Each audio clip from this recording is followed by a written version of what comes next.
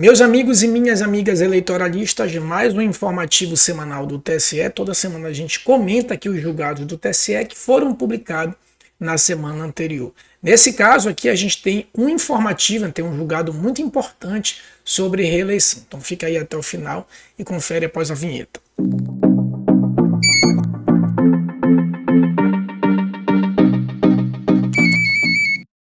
A gente já vai aqui para os julgados, né, da semana do dia 20 do 11 até o dia 24 do 11 de 2023, né, foram 83 acordos, então tá bem legal aqui os julgados, né, tem bastante julgados interessantes, tá? A primeira, fraude à cota de gênero, fica tranquilo que a gente não vai falar dos elementos, porque toda semana a gente já fala disso, né, eu quero pontuar principalmente a questão da desistência tácita, tá? Só para lembrar lá os elementos, que não vai ser o objeto desse julgado, né, mas para que seja um elemento indiciário, né, de uma fraude à cota de gênero, a gente tem que ter a votação zerada, né, a votação zerada, ausência de atos de campanha, ausência de atos de campanha, tá, e prestação de contas, né, sem movimentação, né, ou padronizada, né, prestação de contas padronizada ou sem movimentação, tá. Só que para que esse elemento aqui, ausência de atos de campanha, ele seja afastado, pode ocorrer, né? É uma possibilidade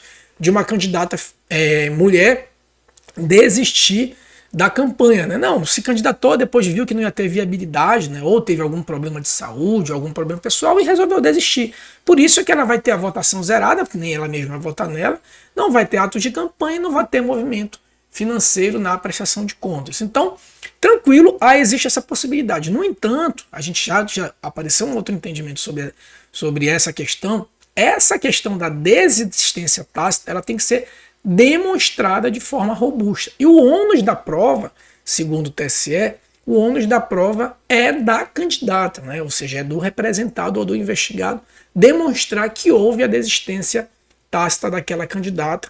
E aí, por isso, ela incorreria nesses elementos e esses elementos seriam afastados, tá? Mas a própria ônus, né, é da própria candidata e essa demonstração ela tem que ser uma demonstração robusta, tá?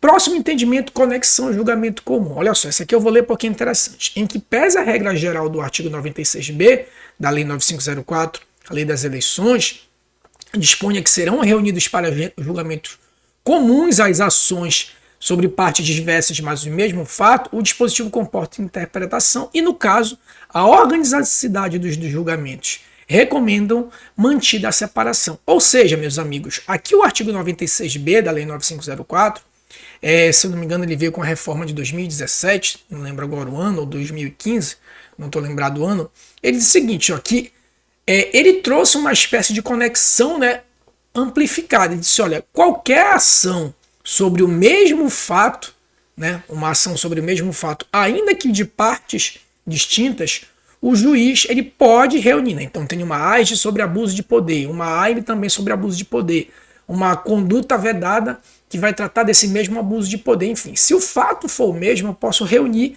essa AIME, essa AIGE e essa representação sobre o mesmo fato. Ainda que na representação por conduta vedada do Ministério Público seja o autor, na AIME seja o partido o autor e na AIGE seja um candidato adversário o autor. Eu posso reunir essas ações sobre o mesmo fato para julgar, para ter um julgamento comum. No entanto, o que o TSE entende, né, isso é uma questão de organicidade, que se para a organização daquele processo, o julgamento, a reunião, ela vai trazer muito mais prejuízo do que benefício, o juiz pode sim manter separado esse julgamento, tá bom? Então não é obrigatório, é uma faculdade do juiz julgar de forma conjunta, tá? Depois a gente vai para coligação e legitimidade, inclusive foi no mesmo processo, tá? Diz o seguinte, ó, apesar das coligações se extinguirem com o término do processo eleitoral, não há impedimento para que seja mantida a sua legitimidade. O que acontece? As coligações elas se formam aqui nas convenções, né? As convenções lá em julho, né? E elas perduram até a data da diplomação, tá? Então elas têm uma duração efêmera, né? Apenas ali no processo eleitoral. No entanto, o que é que o TSE entende? Que algumas representações, por exemplo, o RSED, né, a AIME, elas podem ser propostas após a diplomação. Então, a coligação, muito embora ela se encerre aqui no processo eleitoral, ela pode representar, ela tem legitimidade para representar, inclusive uma legitimidade concorrente com o próprio partido que a integra, né?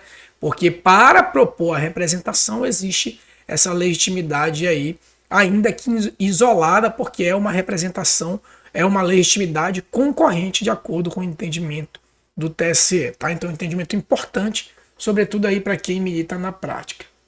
Ok? A despeito desse momento, né, dessa duração momentânea, ela tem essa legitimidade, tá? Depois a gente vai falar aqui sobre consulta, tá? Isso aqui é importante, a gente vai abrir um parêntese, tá? Depois esqueci de colocar, deixa eu colocar logo o número para vocês aqui desse RESP, tá? Pronto, RESP não, né? Consulta. Diz o seguinte, ó, a consulta não deve ser conhecida, pois veicula a indagação sobre a qual o tribunal já se manifestou. Ou seja, muito embora essa consulta tenha tido uma parte legítima e tenha proposto questões abstratas, que são requisitos da consulta eleitoral, né? Só para lembrar, principalmente para quem faz concurso aí, a Justiça Eleitoral, ao contrário das demais ramos do Poder Judiciário, ela tem 4 funções: executiva, regulamentar, de próprio jurisdicional mesmo, e também tem função consultiva, e a consulta só pode ser respondida pelo TSE e pelo TRE. Né? O juiz eleitoral não responde consulta. Tá bom? Então, o que diz essa questão? Que se o tribunal já respondeu sobre a matéria em algum momento, isso não pode ser objeto de consulta. Nesse caso aqui, a matéria é sobre a necessidade de desincompatibilização do chefe do Poder Executivo até 6 meses antes do pleito, a fim de viabilizar a candidatura do parente. Então, qual era a pergunta? Né? A pergunta era saber o seguinte: bem, eu sou o José, né, ganhei aqui nas eleições de 2016, então para eu concorrer às eleições de 2000 eu vou pegar de 2020, pronto. Eu sou o José, ganhei aqui nas eleições de 2020, e aí a Maria, minha esposa, eu posso ser reeleito aqui em 24, né? A Maria, minha esposa, quer concorrer em 24. Eu tenho que renunciar 6 meses antes, por conta da inelegibilidade reflexa, né? Vocês sabem que parentes de até 2º grau ou cônjuge não podem se candidatar, né, para aquela mesma circunscrição, salvo se o parente renunciar, né, se o titular renunciar 6 meses antes. Então ele fez essa pergunta, só que o TSE já tem uma súmula sobre essa questão. Né? A súmula diz o seguinte, ó, que são inelegíveis para o cargo do chefe do Executivo o cônjuge de parentes, né, indicados lá no artigo 7º da Constituição, parágrafo 7º da Constituição Federal, do artigo 14, do titular, salvo se este reelegível, ou seja, se o José for reelegível, tiver falecido ou renunciado, ou se afastado até 6 meses antes do pleito, aí a esposa dele ou o parente dele pode concorrer ao cargo de prefeito. Então, olha só, José ganhou 2020 e não quer mais concorrer no segundo mandato, basta que ele se afaste 6 meses antes para poder viabilizar a candidatura da esposa ou do parente. Seria diferente se José já tivesse sido eleito aqui em 2016, aí nem ele renunciando 6 meses antes não poderia, né, porque caracterizaria aí o 3º mandato do grupo familiar. Então, como a questão inclusive já está sumulada, a matéria que foi perguntada, né, ela nem sequer foi conhecida, a consulta sequer foi conhecida porque a matéria já havia sido decidida em outra oportunidade pelo TSE, inclusive sumulada pelo TSE, tá?